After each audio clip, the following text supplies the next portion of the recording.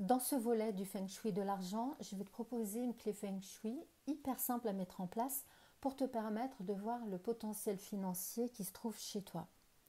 Dans ce billet, entre guillemets, on va voir comment l'habitat influence directement notre situation financière.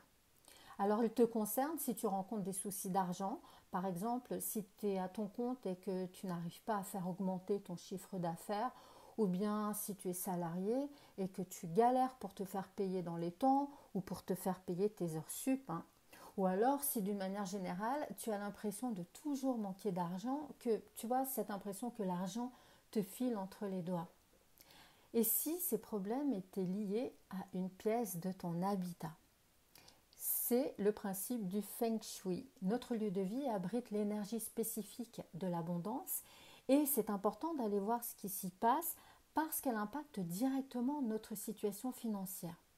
Alors attention, elle ne fait pas tout, on est bien d'accord. D'autres critères sont à prendre également en compte quand on galère financièrement, mais cette pièce fait partie de tout un processus à suivre pour régler les soucis d'argent avec le Feng Shui.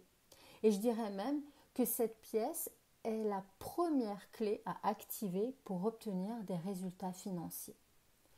Si cette pièce est OK au niveau du Feng Shui, alors on peut dire que ton lieu de vie n'est pas un frein, mais au contraire, qui constitue un soutien pour ta situation financière.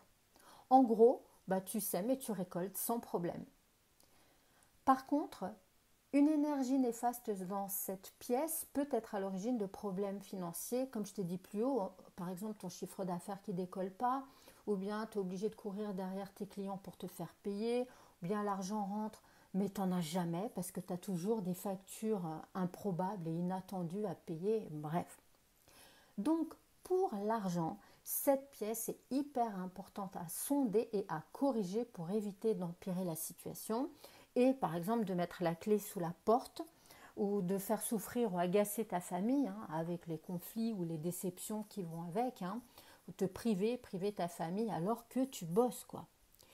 Mais la bonne nouvelle, c'est que si l'énergie de cette pièce repousse l'argent, alors ça veut dire que tu as un super potentiel d'amélioration de ta situation financière. Maintenant, comment faire pour évaluer ton potentiel d'amélioration? Tu vas faire en 3 étapes. Tout d'abord, tu vas te rendre dans la pièce qui se trouve au sud-est de ton habitat. Quelle que soit la pièce, l'énergie de l'argent se trouve au sud-est de chez toi. Donc tu prends ta boussole ou ton smartphone avec une appli boussole en ligne et tu cherches où se trouve le sud-est et tu t'y rends. La deuxième étape, c'est que tu observes, mais très objectivement, tu dois observer. Dans quel état se trouve cette pièce? Est-ce qu'elle est encombrée ou au contraire, est-ce qu'on peut circuler librement? Est-ce qu'elle est propre ou alors est-ce qu'elle est pleine de poussière? Et comment est-ce qu'elle est décorée? Qu'est-ce qu'elle contient? Est-ce qu'elle contient plutôt des choses utiles et plaisantes ou bien au contraire des vieilleries, des trucs que tu laisses pourrir entre guillemets ici? C'est hyper important de répondre à ces questions car c'est elles qui vont te dévoiler des choses qu'on va voir là dans quelques secondes. Et pour y répondre, tu as juste à regarder cette pièce comme si tu la voyais pour la première fois. Connecte-toi simplement à ce que tu ressens, mais fais-le très très sincèrement. Pour t'aider à le faire, si tu n'y arrives pas parce que tu manques d'objectivité, parce que c'est chez toi, tu as juste à te mettre dans la peau d'un visiteur qui potentiellement aurait envie d'acheter ta maison ou ton appart et demande-toi si à la place de ce visiteur, tu achèterais ta maison. Qu'est-ce qu'il ressentirait en voyant cette pièce? Est-ce que la pièce renvoie un message cohérent avec l'aisance et la clarté ou au contraire, est-ce qu'elle renvoie un message de flou, de galère et de manque de valeur? Attention, la valeur d'une pièce, elle n'est pas du tout relative à la valeur des objets qu'elle contient, mais à l'état de la pièce, à l'état des choses qui se trouvent dans cette pièce et à la symbolique qu'elle renvoie. Ce qui veut dire que tu peux tout à fait avoir une pièce épurée, avoir une pièce sans aucune décoration ou même que le sud-est se trouve au garage, mais tant que le chi circule et que la pièce est respectée, elle renvoie un message de libre circulation du flux financier et de la valeur que tu te donnes. Et ça vaut aussi pour les foyers à revenus entre guillemets modestes. Et pour finir, la troisième étape, tu vas corriger ce qui se passe au sud-est s'il y a des corrections à apporter. Alors voilà ce qu'il y a à corriger. À toi de voir si tu es concerné. La première chose à faire, c'est de ranger pour débloquer le chi. En débloquant le chi, tu vas débloquer la situation. Ensuite, tu vas nettoyer pour laisser passer le chi. Donc le chi, c'est l'énergie. Le chi de l'argent doit circuler et pour ça, tu dois nettoyer. Parce que en fait, la poussière, c'est comme une colle à énergie. Tu vois, donc le chi ne peut pas circuler. Nettoie comme ça, le flux peut circuler. Ensuite, tu vas enlever toutes les vieilleries et les trucs abîmés qui sont un non-sens dans l'abondance. Et il est hyper important de retirer l'excès de métal et de feu et de miser plutôt sur le bois. Alors concernant justement les éléments, fais super attention parce que souvent on lit qu'une fontaine est bénéfique dans la zone de l'argent.